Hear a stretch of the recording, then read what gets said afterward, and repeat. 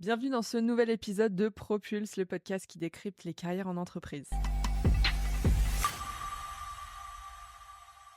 Aujourd'hui, nous sommes le 25 août et qui dit 25 août dit bientôt septembre et qui dit septembre dit rentrée et retour au boulot. Pour certains, c'est un bon moment, c'est le moyen de remettre les compteurs à zéro et pour d'autres, c'est un cauchemar. Dans cet épisode, je vais vous donner 10 conseils pratiques pour bien gérer votre retour au travail après les vacances.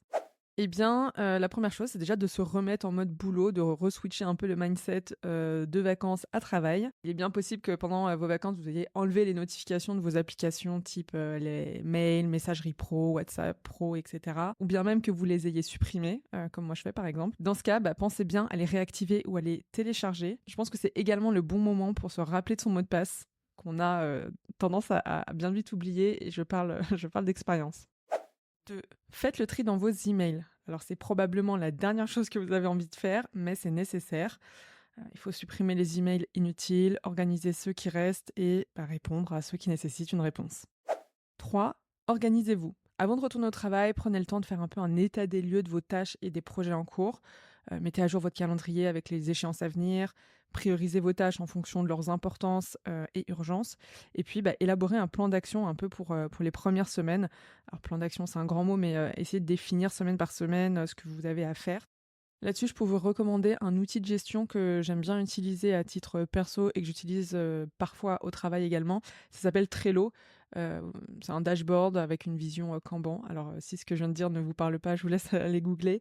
Il est pas mal. Je sais qu'il y a aussi Asana qui existe et je trouve que ces outils, ils sont top pour un peu se décharger le cerveau de tout ce qu'on a à penser et tout avoir à l'écrit. Voilà, moi, je fais partie des gens qui aiment bien tout voir à l'écrit.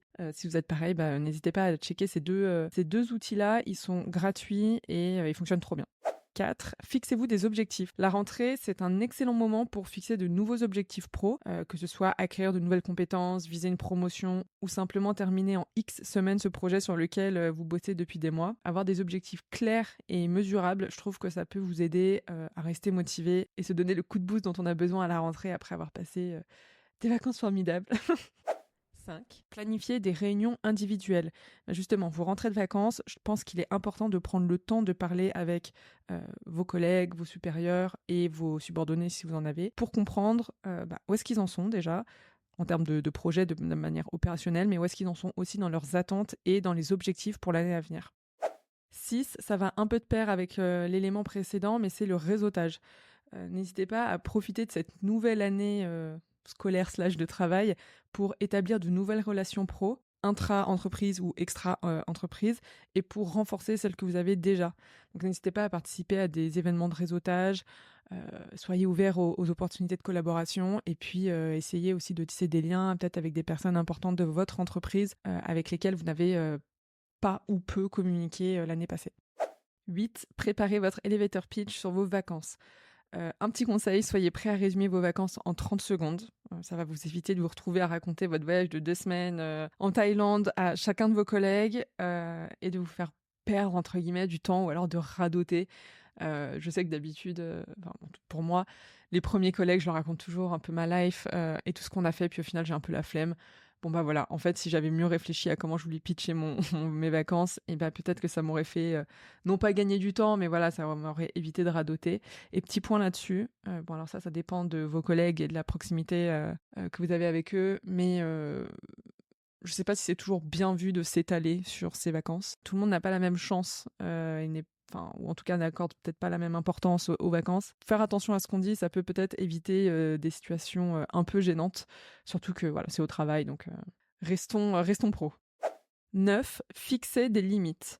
Alors là, c'est la petite touche santé mentale, mais je pense que pour éviter le burn-out ou éviter toute situation de souffrance au travail, c'est important de fixer des limites et la rentrée, septembre, je pense que c'est un bon moment pour replacer ses limites, recadrer un petit peu les choses. Ça peut signifier dire non à certaines tâches ou requêtes. Ça peut signifier demander de l'aide lorsque vous en avez besoin. C'est plein de choses. On pourrait en faire un épisode entier, voire même des épisodes entiers tellement le sujet est vaste. Mais je pense que septembre, c'est le bon moment pour fixer ses limites et faire attention à sa santé mentale au travail.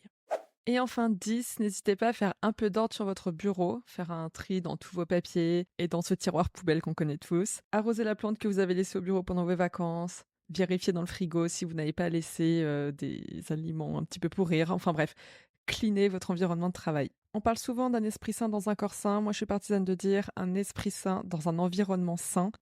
Voilà pour les 10 meilleurs conseils pour bien gérer votre rentrée professionnelle. Alors évidemment, cette liste n'est pas exhaustive, mais bon, fallait bien s'arrêter à un moment donné.